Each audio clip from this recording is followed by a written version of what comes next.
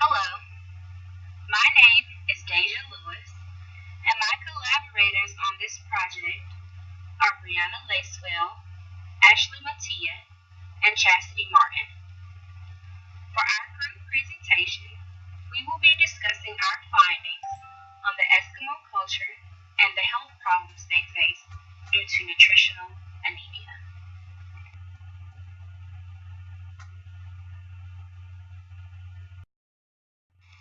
Eskimo is actually a term used to generally describe all subgroups that have originated from eastern Siberia.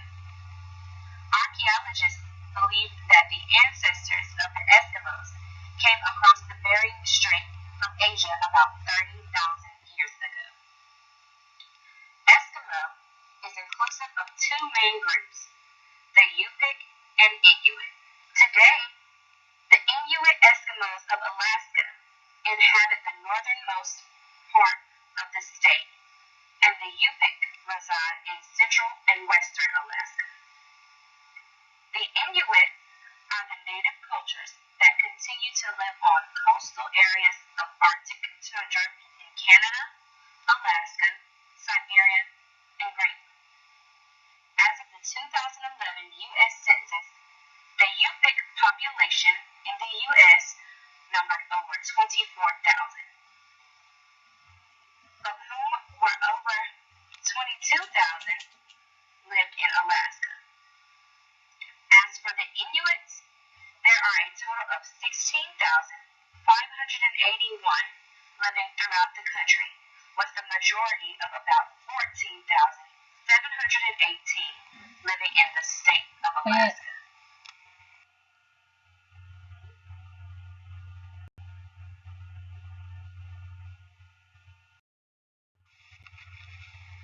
Traditionally, Eskimo religious practices were based on the belief of shamanism. By definition of Merriam-Webster, shamanism is a religion practiced by indigenous peoples of far northern Europe and Siberia that is characterized by belief in an unseen world of gods, demons, and ancestral spirits. Eskimos believed the individual was composed of three parts: body, soul, and name, and that all of these parts work together as a whole. The shaman was the ultimate healer and spiritual reader. He encompassed the ability to influence the spiritual world so that the group would be blessed with good health. No matter if the shaman failed to maintain the health in the community, he was still revered.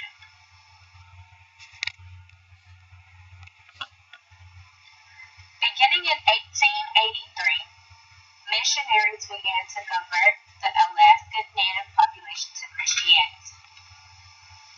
Medical missionaries from the West, who were traveling to aid the Eskimos in health care, were able to influence the Eskimos by use of advanced medicine to convert to Christianity, which is now the primary religion among most Eskimos. Politically speaking, it was up to the entire community to maintain peace and order. Community elders will be consulted to give example of how certain situations were handled in the past to make a decision regarding present affairs. The family became the primary source of structure in Eskimo society.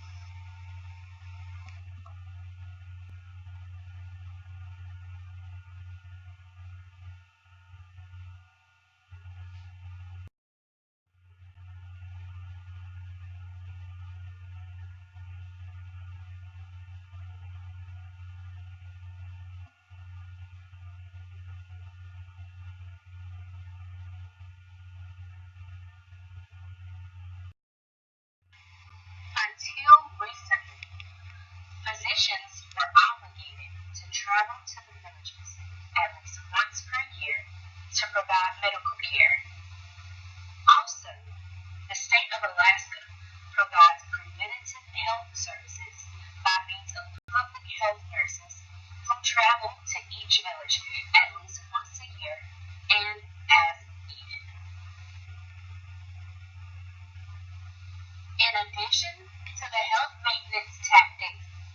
traveling nurses and physicians.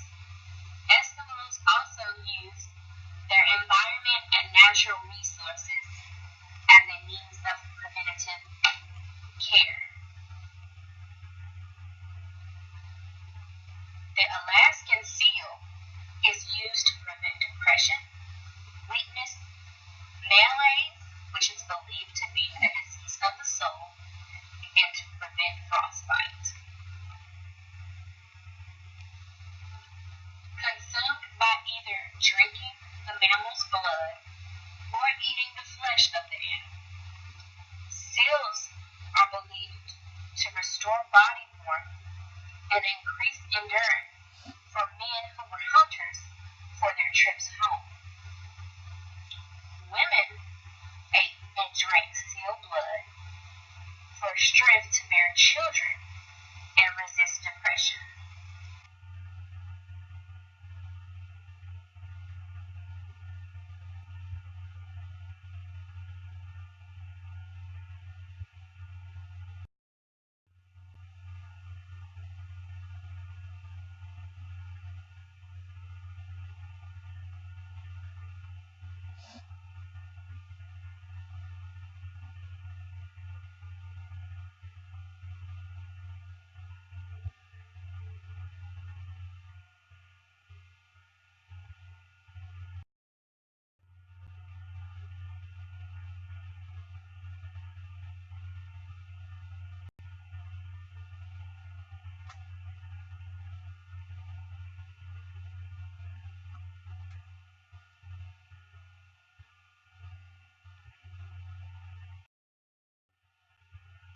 Traditionally, men and women have very defined roles. The man was the provider, the one to work with nature and hunting and trapping. It was a solitary effort, solitary in that he did many activities by himself.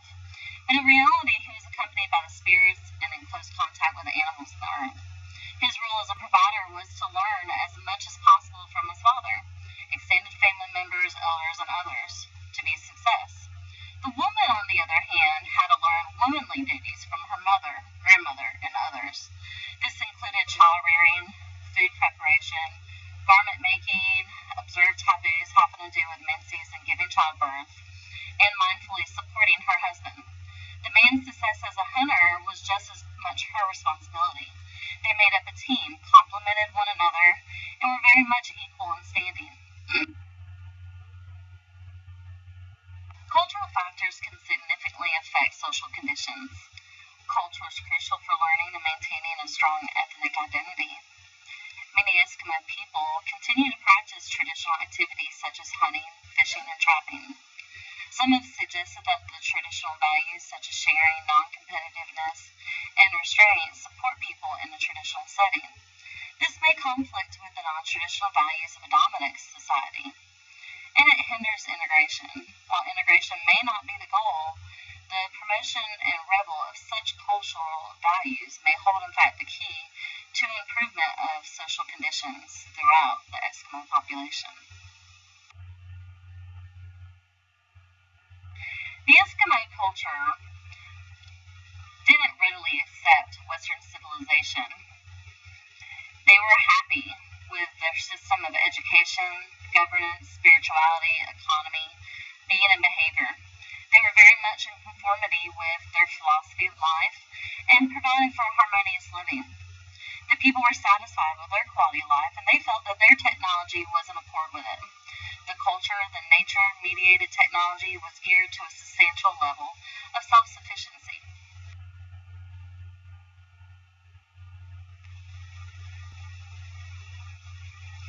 Many of the people within the Eskimo culture strive for an education system that recognizes their language and their culture, including their methods of doing science, which they have learned from their environment, and they've lived in harmony with them. This doesn't have to become someone else to be members of their global society, but that can continue to be their own people, including their spiritual values, which are still applicable today in their very nature base. Consequences have enabled them to survive for many thousands of years up through the 20th century. Survival continues with values, beliefs, practices, problem-solving strategies, which have been modified and adapted to fit our contemporary political, education, economic, social, and religious institutes. This allows the Eskimo infrastructure to expand out from the village to the institutions and different native corporations such as schools and churches. It's mainly one of the high reasons why only 9.8% of most Eskimo people between the ages of 25 and 64 currently don't have a high school diploma. This relates greatly to how much money they're bringing in. Compared to other cultures in Canada and surrounding areas, they make about 12 cents less per hour. Eskimo people ranging from 35 to 44, they're more likely to have a high school diploma, but still only at 68% compared to others around in the surrounding areas.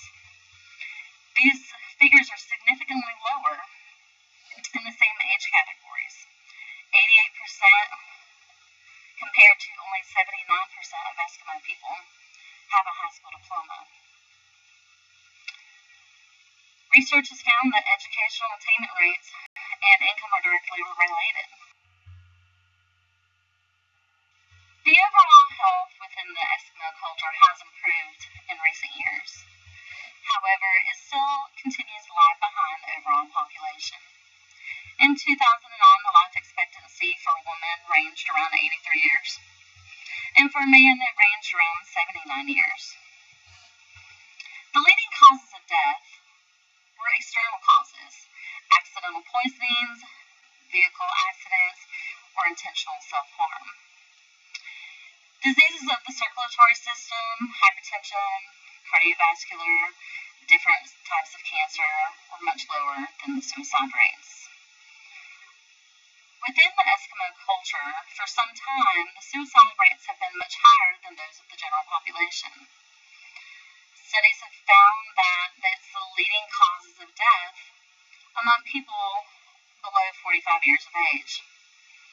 It's thought that the Eskimo culture contributes highly to the suicide rate for many of the reasons, including depression due to social, cultural, generational dislocation, drug and substance abuse, lack of housing, food, or access to any opportunities.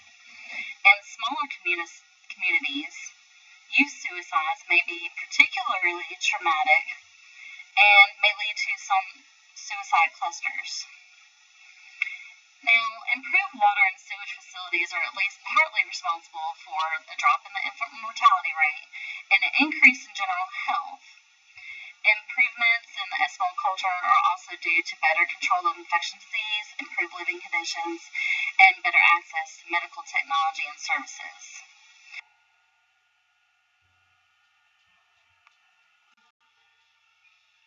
Let's remind ourselves why iron is important.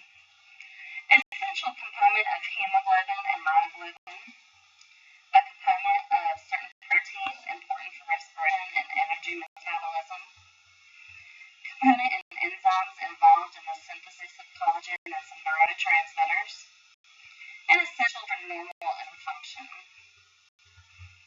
And too much iron is bad.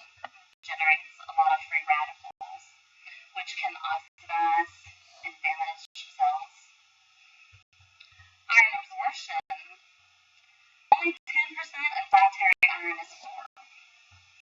It really depends on your dietary iron content. The bioavailability, which is your hemi and your non-hemi, whether it comes from a meat source or a plant source. Most of your iron absorption happens in the duodenum. 30 to 50% of our diet comes from the hemi, the meat iron sources. 10% is generally from other sources such as ferrous sulfate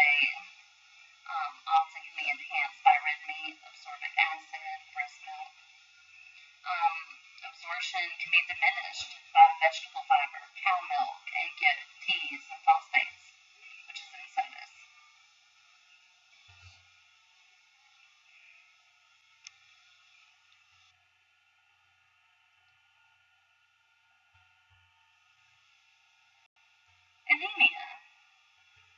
It seems to be a direct result of a nutritional deficiency resulting from iron-poor food choices. For many of the Eskimos that live along rivers, there's a tendency to have a diet high in fish and to store items that are relatively iron-poor. A typical meal includes fish soup, pilot bread, named because it was originally brought in by pilots with shortening, and sugared black tea. Even preschoolers drink the black tea. It's believed that the tannic acid in the tea interferes with iron absorption. Thus, the diet may be iron-poor and include an agent, tannic acid, that prohibits absorption.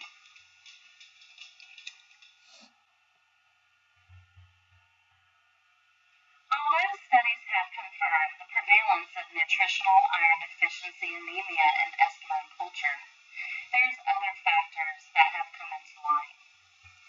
Other factors include studies that have shown an increased concentration of Hemi in the stool. They show that it could be a result of fecal loss rather than inadequate intake. Studies have also shown there's a higher prevalence of Helicobacter pylori, which has been known to decrease the amount of available iron in the body.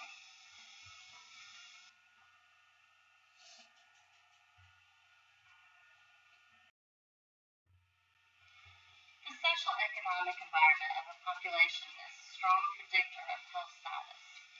Poverty, low educational attainment, and unemployment can all adversely affect health outcomes, in part by influencing personal health choices and practices. It's been shown that there's an abundance of Eskimo people with nutritional iron deficiency. Many of these deficiencies can correlate with infections, immune function among infants. Native children have been associated with the occurrence of respiratory infections. Now, not that anemia is causing the infection, but mostly infection is associated with low hemoglobin levels.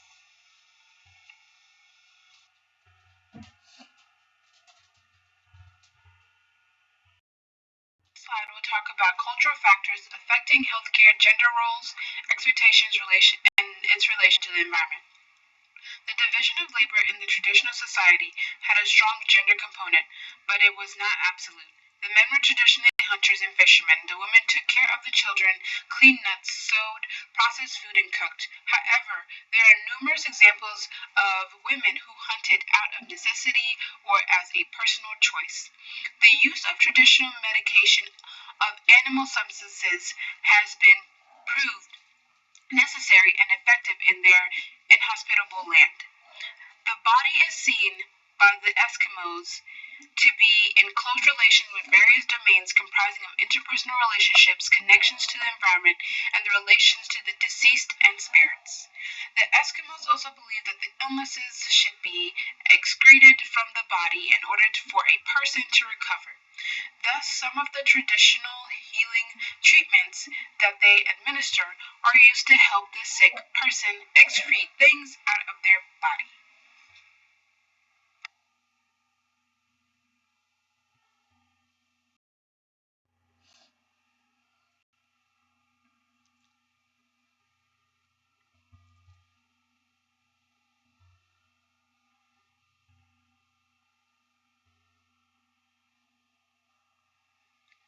In this slide, I'll talk about the interconnections between non-Western cultures and Western cultures. The United States relies heavy on trade from other countries. Most of our manufactured goods are important for many different countries. Most of our goods that are made in the United States, some of them can be imported to other countries, like Asia, Canada, South America. The nation's international trade deficit in goods and services increased to $47.1 billion in February from $45.9 billion in January, as imports increased more than exports. According to the estimates, From the 2013 ACS, the U.S. immigrant population stood at more than 41.3 million, or 13% of the total U.S. population of 316.1 million. Between 2012 and 2013, the foreign-born population increased by about 523,000, or 1.3%. So as you can see, we have a lot of people in our country that are from all over the world. A lot of people immigrate and migrate to the United States.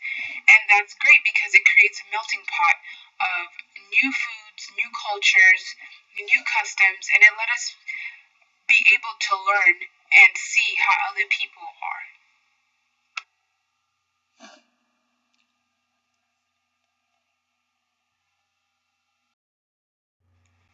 In this slide, we'll talk about health-related issues as it relates to their culture.